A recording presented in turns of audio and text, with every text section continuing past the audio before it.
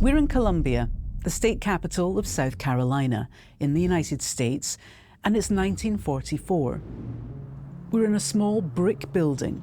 It's attached to the state prison, and it's known as the Death House. It's got 4 rooms, including the cells.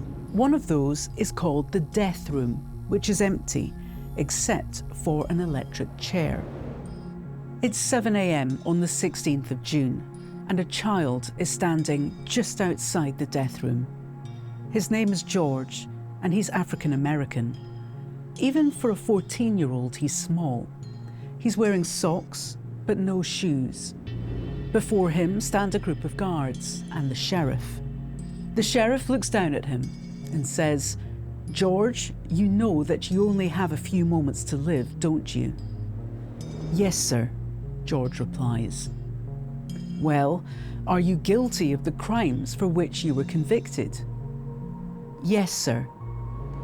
The sheriff asks George if he was alone in committing the crime. George says he was.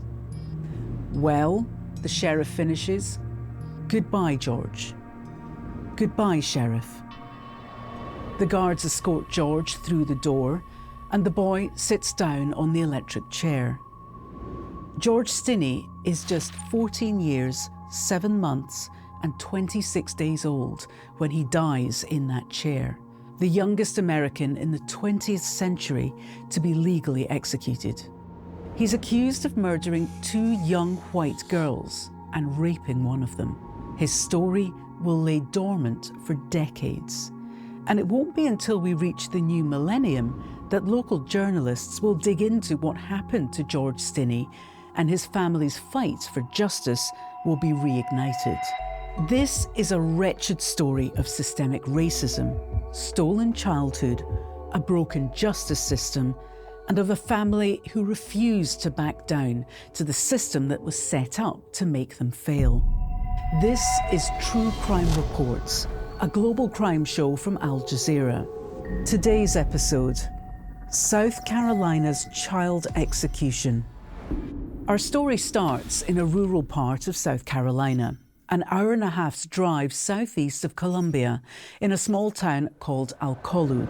Here, industry dominates. The lumber mill sits right in the centre of town, and the noise from it is constant. The surrounding unpaved streets are coated in a thick layer of soot. In the 1940s, Alcolu has about 1,700 residents, the majority of them African Americans. Now, the inhumane abuse of African Americans goes back centuries at this point. Slavery had reached its peak in the 1860s, with nearly 4 million slaves. The Jim Crow laws were introduced not long after that, and by 1896, racial segregation was enshrined in the law through the separate but equal doctrine.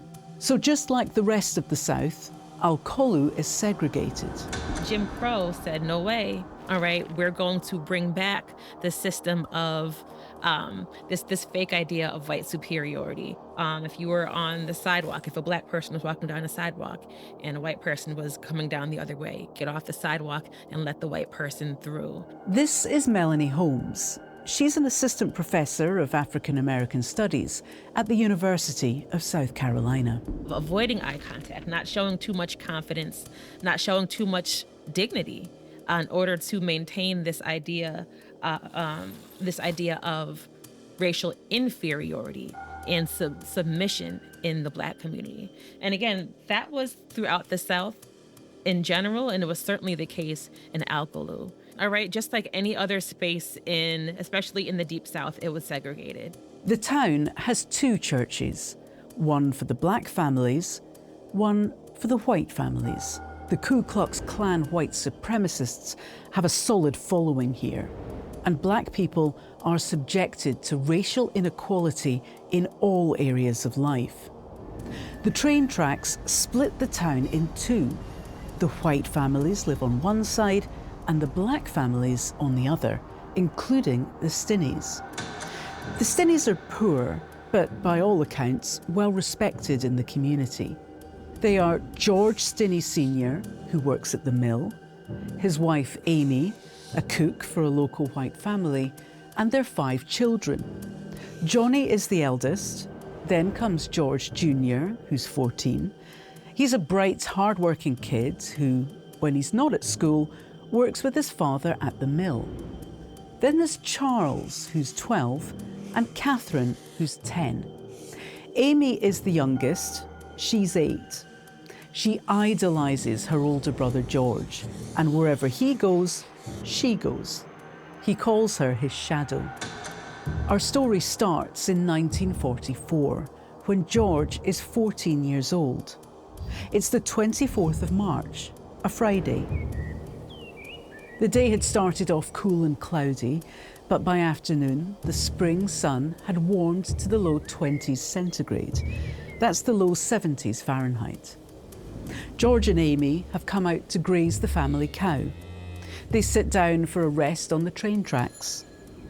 At around 3 o'clock, they see 2 young girls coming towards them on bikes. They both have short hair, one brunette, the other a curly redhead. They're both clutching a pair of scissors. The girls' names are Betty June Binnicker, who's 11, and Mary Emma Thames, who's 7. And they pull up in front of where George is sitting with his sister. Amy will later say that white people never normally come round to the black part of town, so the 2 siblings are on high alert. One of the girls opens her mouth. "Do either of them know where they might find maypops?" she asks. Maypop is another word for a passion flower, a beautiful purple flower with a striking yellow centre. They grow in the wild in South Carolina, and Betty June and Mary Emma have set off to pick some. "No," George and Amy reply. The girls get back on their bikes and cycle away. That evening, Betty June and Mary Emma don't return home to their parents. A search party of up to 200 men is sent out to look for them. Amongst them is George Jr. As they roam the town, looking high and low for the 2 girls, George mentions that he'd seen them earlier that day. He thinks nothing of his comment and keeps searching. The men look all night long, but come up with nothing. The next day is Saturday, the 25th of March, 1944. The search for the girls has renewed. Their hunt has taken them to some woods in the black part of town, not far from the train tracks where George and his sister met the girls. The search party spreads out. Suddenly, they notice something sticking out of a ditch. It's a bike. It's not hard to make out what it's covering. 2 small bodies. Their skulls have been crushed. Within minutes, everybody in Alcolu has heard the news. They're stunned. It's just a few hours later on that same day, and we're at the Stinney house. Amy, the youngest, is hiding in the chicken coop in the yard out front when 2 black cars draw up. Officers get out of the car. White men. Neither of Amy's parents are home when they handcuff her brothers, George and Johnny, and march them away. "Oh, George," she cries, "are you leaving me?" He tells her to find her other brother and sister and tell them he's been taken. Johnny will later be released. George will not. Almost immediately, news spreads that one of the Stinney boys is being held. George Stinney Sr. is sacked from the mill, and a group of angry men gathers and talk of taking justice into their own hands. They tell people they want to lynch George Jr. themselves, and the Stinney family is plunged into fear. Penniless and with the law geared against them, the family flees Alcolu. They don't know it yet, but they'll never return. Amy will later say, "I curse that place. It was the destruction of my family and the killing of my brother." George is immediately taken to Columbia Penitentiary, about an hour away from Alcolu. He's completely alone. There's nothing that tells us for certain what happens in the room he's taken to be questioned. But what we do know is that within hours, word gets out. George has confessed. Here's Melanie Holmes. We don't know much about this confession. There are no documents. And when I went through the South Carolina archives, I could not find anything. And to me, that screams of coercion. According to the police, though, George did confess. He apparently told them he was just trying to help them. One of the girls had fallen into the ditch, and when he tried to help them, they attacked him. So he fought back in self-defense. The police say he killed them with a piece of iron. That's the first confession. And then, apparently, there's a second. But this time it's changed. According to the police, George is now saying he followed the girls into the woods. He first attacked Mary Emma, the youngest, to get her out of the way before chasing and striking Betty June. Police say he actually used a railroad spike, a heavy piece of metal used to secure railway tracks, to smash their skulls in. It's striking that transcripts of these confessions don't exist. They've either mysteriously disappeared or were never made in the first place. But the police will insist it's true. They'll later say George's motive was rape. George will spend the next month in custody.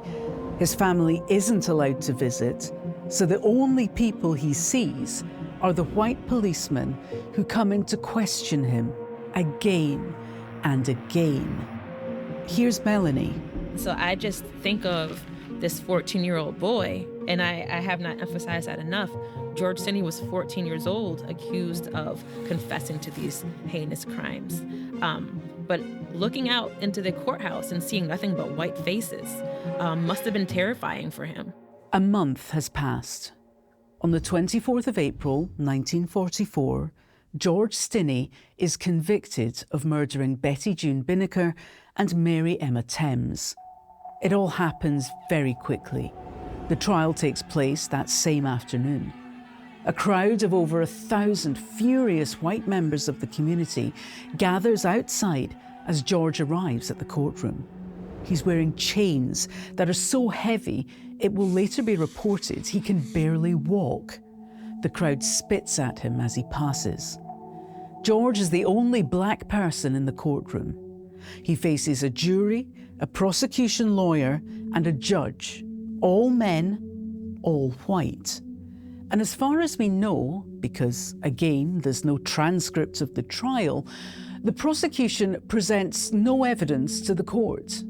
There's nothing to suggest that anything exists as evidence against George. No murder weapon, no bloody clothes, no proof of rape even in the autopsy done on the girls' bodies. Nothing. But George's confessions speak for themselves, the prosecution argues. Melanie points out that George's brother and sister weren't allowed to testify as witnesses, even though they were with George the day the girls disappeared. The alibis that could have been used to support his innocence, and I'm going to go ahead and say his innocence, were not called upon. This confession, this alleged confession, was the only thing that they used to say he did it. There was no evidence, there was no physical evidence that pointed to the fact that he could have done this. The trial is over in 3 hours. George's defense lawyer makes no attempt to defend his client, and the jury decides unanimously, guilty. All white male jury, and the deliberations took about 10 minutes. And I'm surprised they took that long. 10 minutes seems like a long time for this very racist, prejudicial, biased jury. That same day, George is sentenced to death by electric chair. The date is set for in 3 weeks' time. The mob of angry men who'd gathered outside the courtroom are delighted. They'd been threatening to take matters into their own hands if George had been found innocent and lynch him. Melanie says that as the date for the execution approaches, a sense of utter horror and disbelief set in amongst black communities across the US and in Alcolu. There could have been any number of emotions, just numbness, because this is it's not a surprise. It's the biggest surprise of this case was that he was going to be killed by the state, that a mob didn't get to him first. We'll come back to George Stinney in a bit. For now, let's zoom out to understand the forces at work that are determining his fate. The Deep South, racism, and execution go hand in hand. In the 300 years leading up to 2024, almost 700 people in South Carolina have been executed. The methods have been varied: by hanging, by firing squad, lethal injection, or the electric chair. The first person in South Carolina to be electrocuted was in 1912. He was a black man called William Reed, accused of attempting to rape a white woman. Melanie Holmes says that throughout American history, this has been a common accusation levelled at black men. The 1923 Rosewood Massacre in Florida is one example, in which an entire town was destroyed and at least 8 people were killed, though estimates reach as high as 200, after a black man called Jesse Hunter was accused of raping a white woman. Again, just for the accusation. No evidence in any of these cases of a black man even putting his hands on a white woman, but just the idea was enough for this mob violence. Through the early 1900s, the death penalty in the South was normal and had huge support. The governor of Arkansas wrote in 1927 that it was needed to address the, quote, Negro problem. Between 1910 and 1950, less than a quarter of the South's population were black, and yet they were 3 out of 4 people being executed. And as we've heard, the crimes they were being convicted of were hugely decided by the colour of their skin. Between 1930 and 1967, of all the Americans being executed for rape, 90% of them were black. For George, alone and scared in a cell in Columbia's prison, the odds are stacked against him. He didn't stand a chance. And unfortunately, neither did his family in seeking justice for him. The story was going to end, unfortunately, for George the way it did, because he was not guilty of doing anything. He was just guilty of existing in this space where 2 young white girls were no longer alive. A week before George is due to be executed, he's taken from the cell where he's been living for the last 44 days to the death house. It's a small brick building with various rooms, including the cells, and the execution chamber. This is where George has his final interview with the sheriff, and where his family is allowed to see him for the first time since he was arrested, to say goodbye. On June the 16th, 1944, a small crowd gathers to watch George's last moments. Mary Emma and Betty June's families are there. George climbs up onto the same seat where 32 years before William Reed had sat. Reports say he's so small, just 5'1", that he has to sit on a book. The guards have trouble strapping him into the chair. The switch flips. 2,400 volts surge through George's body. One of the saddest things that I read about that day was that the mask over his face fell and you could see tears coming out of his eyes. There's a second surge of voltage, then a third. And it was said that after about 3 minutes, the execution had ended his life.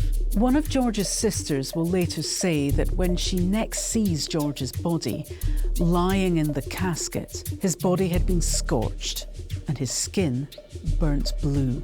And with that, George Stinney becomes the youngest American to be executed in the 20th century.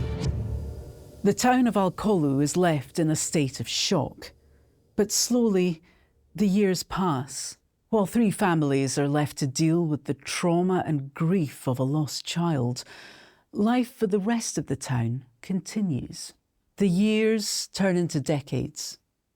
What happened to George Stinney becomes a memory.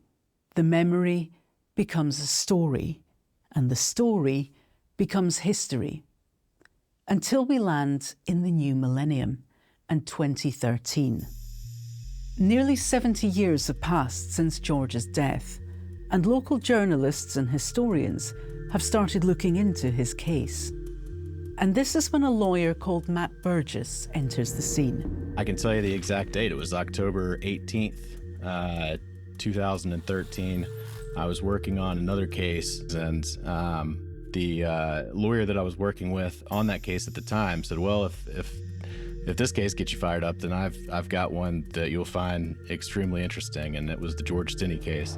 George's younger siblings, Amy and Charles, who by now are well into their 80s, have handed over sworn affidavits to the firm that Matt works for, saying they were with George the day the girls disappeared, and they think he was wrongfully convicted. Matt takes on the case, and bit by bit, pieces together a story that doesn't match up. To have his conviction overturned, we have to be able to disprove what was proven in the first place, essentially. We have to disprove what was set out at trial. To start with, Matt points out that George was accused of killing the girls with a railroad spike. And then we've gone and uncovered this autopsy report, which suggests that they were in fact killed by a hammer. Then there's the accusation of rape. It's written in the autopsy report, clear as day, that there was no evidence that the girls had been raped. Matt also manages to track down and speak with Francis Batson, who was part of the search party who'd found the girls' bodies when he was just 15. Batson told Matt that he remembers there wasn't much blood around the bodies, which suggested they'd been killed elsewhere before being dumped in the woods. Surely little George Stinney couldn't have carried their bodies himself. Matt also speaks with a man called Wilford Johnny Hunter, who'd shared a cell with George after the trial. One of the points that had been made over and over is, well, George confessed to it, and he's never once told us that he didn't do it. He's acknowledged his guilt from the very beginning. And what Wilford Hunter, he goes by Johnny, told us is that George, the entire time while they were sharing that cell together, was telling him, I didn't do this. In October 2013, Matt and his colleagues file a 25-page motion at the county solicitor and ask for George's verdict to be overturned. They present overwhelming evidence in George's favour, none of which was considered in the original trial, including statements from Amy and Charles, his younger brother and sister, that they were actually with him on the day that the girls went missing. In addition to the forensic pathologist who reviewed the autopsy report and some of the other evidence that we were able to gather, we brought in a forensic psychiatrist who testified to the fact that the confession was certainly coerced.